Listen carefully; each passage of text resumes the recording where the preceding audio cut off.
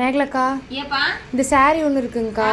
இதில் வந்து எனக்கு ஃப்ளீட் வச்சு ஒரு ஃப்ராகுங்கக்கா, பாப்பாவுக்கும் ஃப்ளீட் வச்சு ஒரு ஃப்ராகு தைச்சிருங்கக்கா. ட்ரெஸ்ஸு மிச்சம் இருந்தால் எடுத்து வைங்க. மிச்சம் தானே, நிறைய மிச்சமாகு. நிறைய பேர் இப்படித்தான் வந்து சொல்றீங்க. கஸ்டமரும் ஞாபகம் வச்சுக்கோங்க, டெய்லர்ஸ்க்கும் சொல்றேன். இப்போ ஒரு சாரீ கொடுக்குறீங்க, அந்த சாரியில முந்தி 1 மீட்டர் போயிடும், அதுக்கப்புறமா பார்த்தீங்கன்னா ப்ளவுஸ் 1 மீட்டர் போயிடும். மிச்சம் இருக்கிறது என்ன, 6 மீட்டர் சீலையில மிச்சம் எவ்வளவு இருக்கு.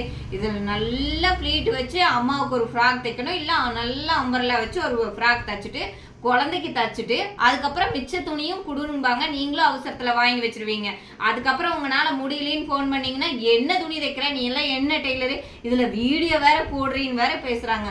அதனால முதல்ல வந்தோடனே சொல்லிடுங்க, இவ்வளோ துணி தான் வரும், இது உங்களுக்கு தான் தைக்க முடியும் அப்படின்ட்டு ஃபஸ்ட்டே கஸ்டமர்கிட்ட சொல்லிடுறீங்க. அதே மாதிரி கஸ்டமரும் ஞாபகம் வச்சுக்கோங்க. நல்லா ப்ளீட் வச்சு தைச்சா ஒரு சாரியில் உங்களுக்கு தைக்கலாங்க. மிச்சமாக கொஞ்சம் கிளாத்தாக இருக்கும், அது குழந்தைக்கு, அப்புறம் இன்னொரு குழந்தைக்கெல்லாம் தைக்க முடியாதுங்க. இனிமேல் ஒரு சேலையை கொண்டு வந்து 3 பேர்த்துக்கு தச்சுட்டு மிச்ச துணி கேளுன்னுலாம் சொல்லிடாதீங்க. Thank you friends.